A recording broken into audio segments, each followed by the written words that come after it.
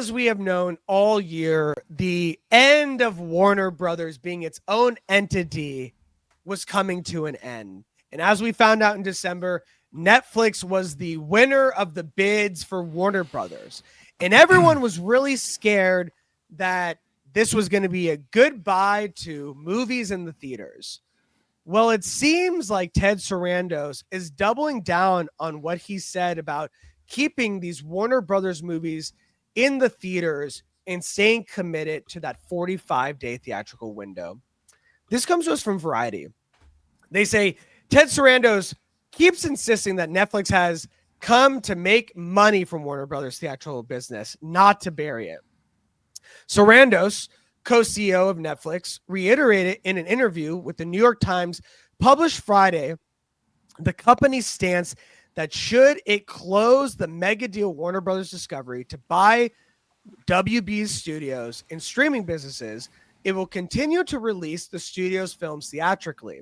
And specifically, he said that Netflix would keep a 45-day window for theatrical runs on Warner Brothers movies.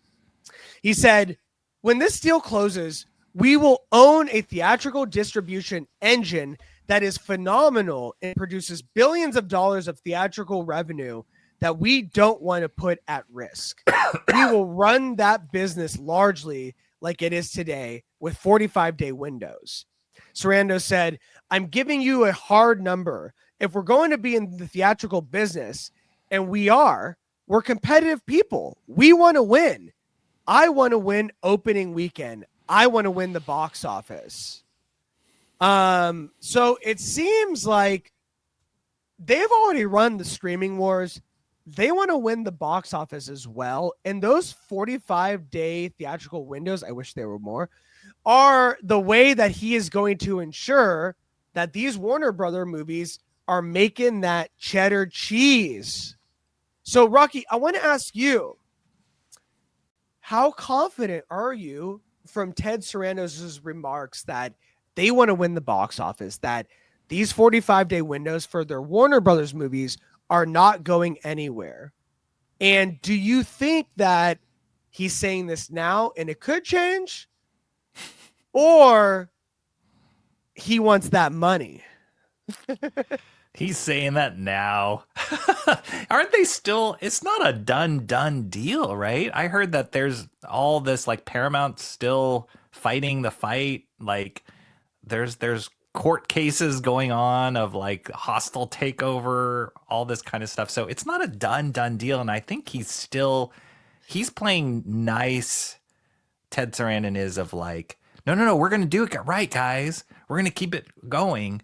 But you don't know. We don't know what's going to really happen. I mean, I think he would be dumb. Nobody who would take over Warner Brothers would can the theater experience. Now, Look whether how or much not they just made. Yeah. And now whether or not they're going to keep it to exactly this 45-day window, whatever, like, who knows what's going to happen in the future. But I feel like you said, I think he's just kind of saying all the right things to make this bid and this buyout look nice for the shareholders. And then once they get in there, they're going to just start, like, doing what they do, whatever works for them. But it would be dumb to just say, we're a streaming service, all box office stuff is over. That would be kind of, like you said, it would be just like burning money, or not dumb. Burning money, but like, yeah. Just like Dumb money. Yeah. It's right there for the taking. So why change it? Why try and fix it if it ain't broke, right? So yeah, we'll see. What I'm thinking is Netflix has had this issue for a little bit where they're so committed to streaming that they don't give their creatives a theatrical window. And if they do, it's like 2 weeks. We've seen that recently with Frankenstein, which is a masterpiece that should be seen on the biggest screen possible. And then we saw that again with Rian Johnson's Knives Out, Wake Up Dead Man, the third in the series, which was fantastic, which I think would have been a fantastic theater going experience. And they were pretty miffed about being pigeonholed to streaming as well.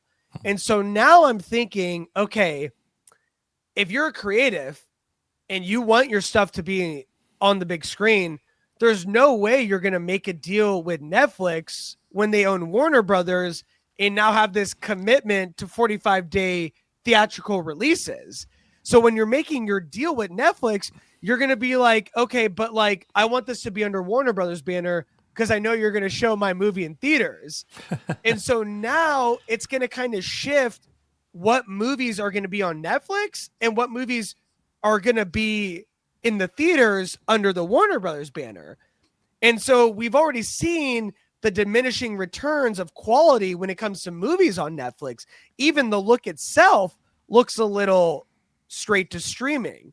So now you're going to have all these creatives kind of pushing away from having their movie on Netflix and being like, but no, but my buddy, Nolan just got on the theater 45 days. Like, I don't want to go to Netflix, even if you are giving me $100 million, just my salary alone.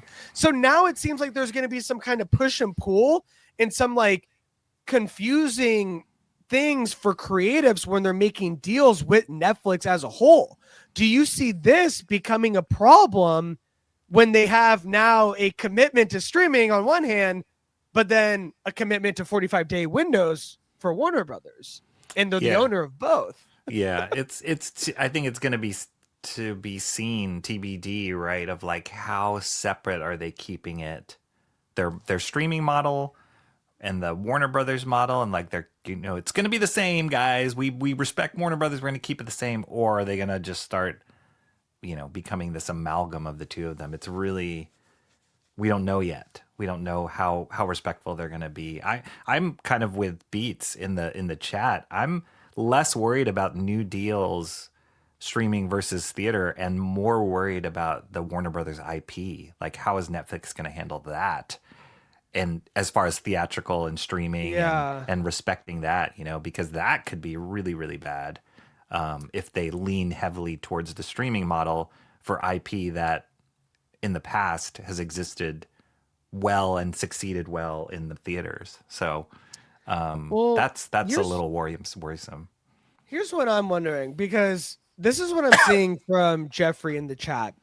The Witcher series was good, but Red Moon, or whatever the Zack Snyder thing, I don't even think it's called Red Moon, was blah. I only watched Stranger Things on Netflix. Okay. So you just named a couple shows, right? Mm-hmm.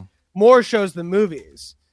And so I'm wondering, is Netflix going to become more of just TV shows, and then maybe like their comedies or their Christmas movies or the, lower budget Hallmark kind of movies are there, and all their movies are just going to be now in theaters because they can make money off their movies.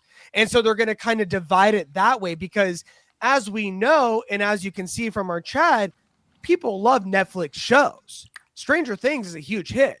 Wednesday season 1 was a huge hit. Season 2 was ass, but regardless of that, His and Hers, which we talked about, I watched it. Did you watch it? I didn't know. Fantastic. Is it? The twist at the end, chef's kiss, one of the best twists I've seen for a show in a long time.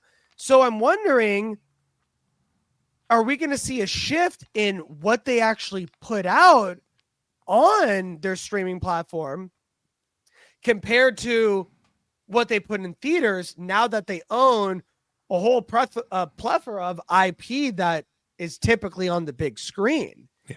That is going to be interesting to see as well. So they're making it seem like it's a clean cut thing. Like, oh, don't worry, we'll keep this in theaters. That's Warner Brothers. This is Netflix. Sure. But it's like, but you do make movies. You do the same thing. So don't act like what you do is so different from Warner Brothers. You just decided you don't put them in theaters. That's on you. So are you going to decide the same thing at some point for Warner Brothers movies? So that's what scares me, is that it's confusing having both and having both hands in the pot and not knowing where to put what. You know what I mean? Yeah, no, absolutely. That's why I think this is all like shareholder talk. Like, don't worry, guys. We're going to take care of the car. We're going to take Give care us of your mom money. and dad's car. Give us You your can money. trust us. There's no way we're going to change the paint job on this. It's a beautiful, 67 Mustang or whatever. Like, we're not going to change this. And then the second Yeah. they get the keys, he's Yeah, like, right. We're let's putting change a the line rims. down this. We're putting a right. stripe down the That's right. middle. We're putting spinners on.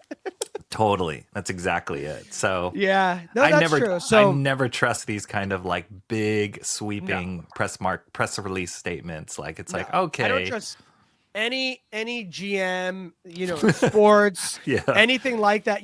They're like, oh, Jordan Poole is safe. We expect him here we signed him for 4 years. We expect him here for all 4 years. Gone in like the next 2 months. Like, Yeah. anything that they say is just I mean, he was punched in the face, but I would have kept him over. yeah. But let us know what you guys think. Yeah. Do you trust Ted? Good old Teddy, Uncle Ted. Do you think that it's wise to keep them separate so that we do get 45-day windows?